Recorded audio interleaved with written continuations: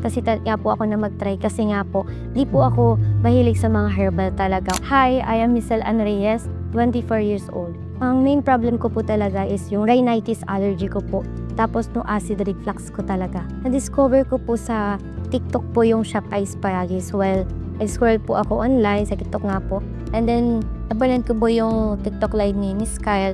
And then, tinry ko po yung product na yun. Akala ko po para lang po siya sa mga may edad.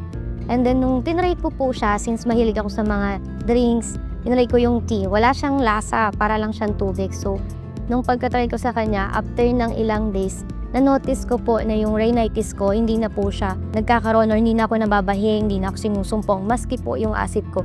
Kasi nagsasabay po talaga sila. Ang message ko po para sa mga gusto mag-try na Shop Asparagus, try po nila and huwag silang magdalawang isip o matakot na mag-try na Shop Asparagus. Kasi yun po ay natural, puro at talaga naman pong walang mga added na mga kung ano-ano. Kasi mas maganda na masubukan po yung purong herbal kaysa sa mga may mga added para safe din po siya sa katawan po natin or sa kalusugan natin.